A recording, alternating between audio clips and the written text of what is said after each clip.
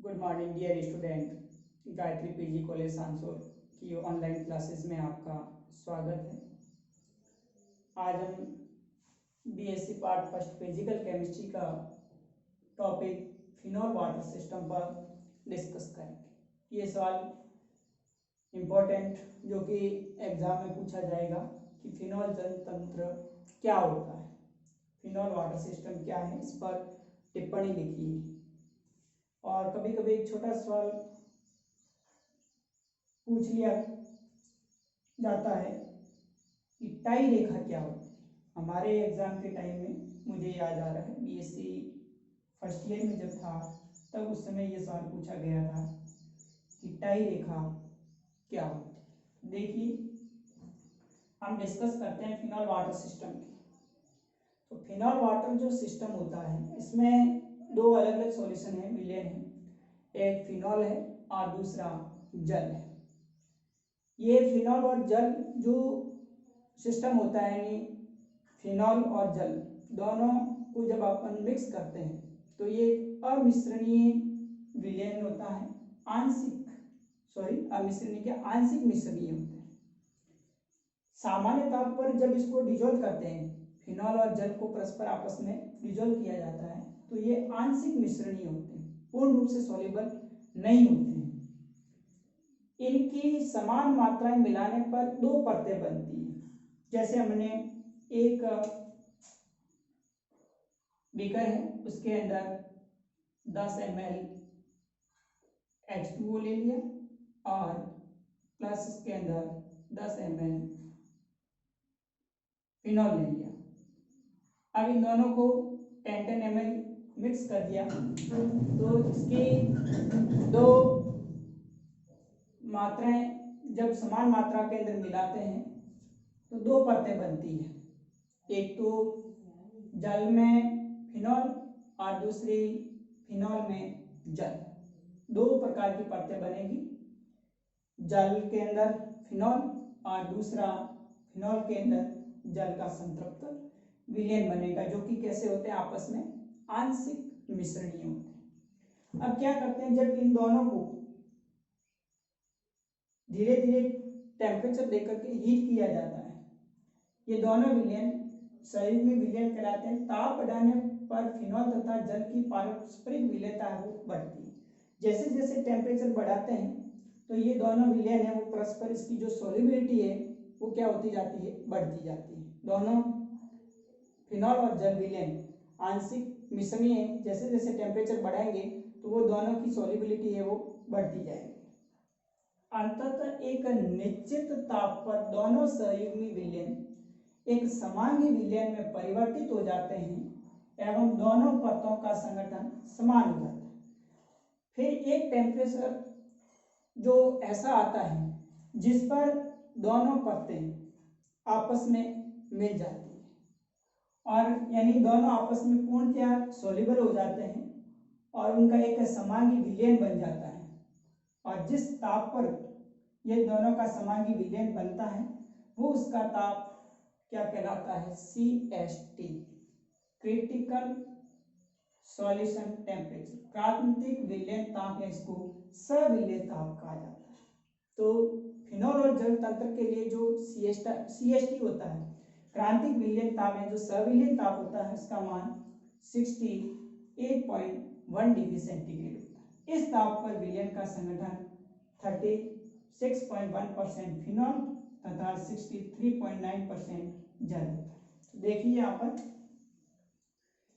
ये दो अलग अलग है, बिंदु ए तथा बिंदु बी। यहाँ पर ये जलीय परत का संगठन है और यहाँ पर बी है वो फिनॉल परत है उसका संगठन। ये जल, ये जो परत होती है जल परत का संगठन है और यहाँ पर बी है वो फिनॉल परत है उसका संगठन। अब ये दोनों अलग अलग आंशिक मिश्रणीय है, जल का फिनॉल में और फिनॉल का जल के अंदर संगठन। अब जैसे जैसे हम टेम्परेचर इंक्रीज करते हैं, तापमान बढ़ाएंगे, तो ये दोनों परतें धीरे धीरे एक 68.1 डिग्री सेंटीग्रेड ताप पर बिंदु सी के अंदर पूर्णतया मिश्रणीय हो जाती है। एक संतृप्त विलयन बनता है, दोनों परतें आपस में जुड़ करके दोनों विलयन आपस में मिलकर के संतृप्त बिंदु सी पर संतृप्त विलयन बनाते हैं। और इस बिंदु सी पर जब संतृप्त विलयन बनता है तो उसका जो टेम्परेचर होता है 68.1 डिग्री सेंटीग्रेड होता है। इस ताप को सविलय ताप या क्रांतिक विलयन ताप CST कहा जाता है। अब आगे क्या होता है कि जो टाई रेखा की मैंने बात की थी कि टाई लाइन क्या होती है, तो बिंदु A तथा B पर जो जल परत का संगठन है और फिनॉल परत का संगठन है, इन दोनों को हम जब जोड़ते हैं, इन दोनों परतों को जोड़ने वाली जो रेखा होती है, दोनों बिंदुओं को जोड़ने वाली जो रेखा होती है उसको टाई लाइन कहा जाता है, टाई रेखा कहलाती है। और ये रेखा क्या करती है, दोनों परतों के जो आपेक्षिक परिणाम है उसका परिकलन करने में सहायक होती है। तो इस प्रकार से अगर वाटर फिनॉल सिस्टम का पूछे कि फिनॉल वाटर सिस्टम क्या होता है, इस पर टिप्पणी लिखिए तो आप इसके बारे में लिख सकते हैं। एक बात को ना देखिए कि जो वाटर और फिनॉल है वो एक दूसरे में आंशिक मिश्रणीय होते हैं। जब हम दोनों की समान मात्राएं लेकर के जब इसको हीट किया जाता है तो जैसे जैसे टेम्परेचर बढ़ाते हैं उसकी सोलिबिलिटी एक दूसरे में बढ़ती है और एक निश्चित ताप पर उनका समांगी विलयन बनता है। उस जो निश्चित ताप होता है जिस बिंदु पर ये दोनों संतृप्त विलयन बनाते हैं उस ताप को CST क्रांतिक विलयन ताप कहा जाता है या सविलयन ताप कहा जाता है। और उस सविलयन ताप पर ये दोनों परतें आपस में मिलकर के समांगी विलयन में परिवर्तित हो जाएगी और उसमें उनका संगठन है वो कैसा हो जाता है, समान हो जाता है, एक समान हो जाता है।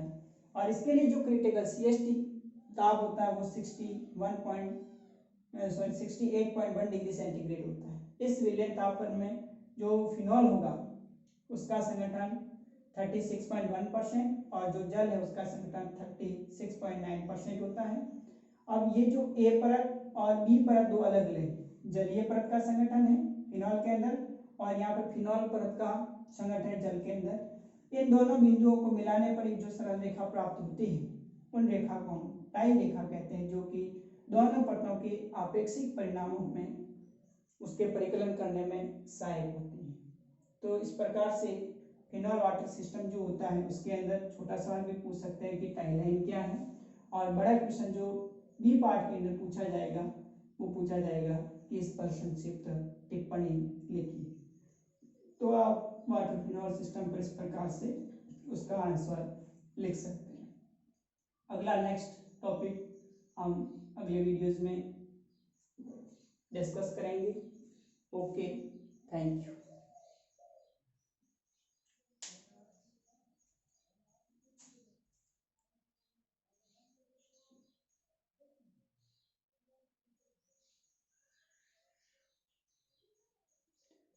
इसके अलावा एक और जो सिस्टम होता है उस पर भी देख लेते हैं। फिनॉल वाटर सिस्टम के अलावा एक निकोटिन वाटर सिस्टम भी होता है, कभी कभी उस पर भी सवाल पूछ लेते हैं। तो दो इसमें सवाल बनते हैं, या तो फिनॉल वाटर सिस्टम क्या होता है उस पर बनेगा या फिर वाटर निकोटिन जो सिस्टम होता है उस पर बनेगा। तो उस पर भी एक बात देख लेते हैं कि निकोटिन वाटर सिस्टम होता है, फिनॉल निकोटिन सिस्टम या वाटर निकोटिन सिस्टम है वो क्या होता है।